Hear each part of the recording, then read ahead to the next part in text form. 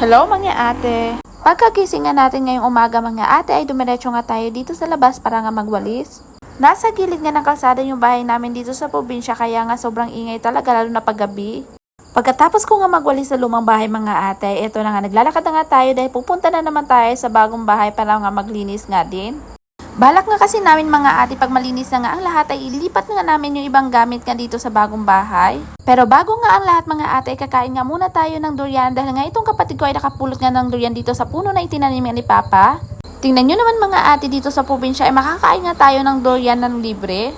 Naalala ko nga dati nung nasa Hong Kong nga ako ay lagi nga nabili ng durian itong amo kong babae kasi gustong gusto nga din ito ng amo kong babae. So sa Hong Kong mga ate, napakamahal ng durian. Naalala ko nga dati bumili nga ako ng durian na isang buo, nagkakalaga na nga siya ng 700 HKD. So magkano na din nga yun sa pera nga natin dito sa Pinas. So first time ko nga matikman tong durian mga ate na galing nga sa farm namin. Uyat to kasi na durian to mga ate kaya nga masarap daw. So may iba't ibang variety nga po ng durian mga ate, hindi ko nga lang alam kung anong mga yun.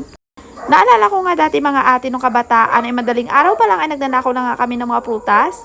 So grupo-grupo pa nga kami niyan mga ate, nagdadala lang kami ng sako at saka nga ilaw. Pero syempre bata pa nga tayo nun mga ate kaya hindi nga natin naisip na mali nga yung ganon. Yun nga yung childhood memories ko mga ate na hindi ko nga makakalimutan. Paano ba naman kasi mga ate ilang beses nga kami hinabol ng may-ari. At eto nga sabi ng kapatid ko may durian daw dito sa puno kaya i-check nga daw namin. Tignan daw namin kung nahulog na nga daw. Pagtingin nga namin mga ate, hindi pa nga nahulog kaya bumalik nga kami agad. Nadatnan nga namin tong aso ang ingay-ingay nga kaya dadalhin nga natin siya sa kabilang bahay. Baka kasi nauuhaw nga siya or nagugutom or di kaya ay namimiss niya nga yung anak niya. Paano ba naman kasi mga ate, hindi nga sila magkasama ng ilang araw kasi itong isa nga ay dinala nga namin doon sa bagong bahay. Tingnan nga natin mga ate kung ano nga yung magiging reaction niya pag nakita niya nga yung anak niya. At hindi nga tayo nagkamali mga ate, talaga na-miss niya nga yung anak niya.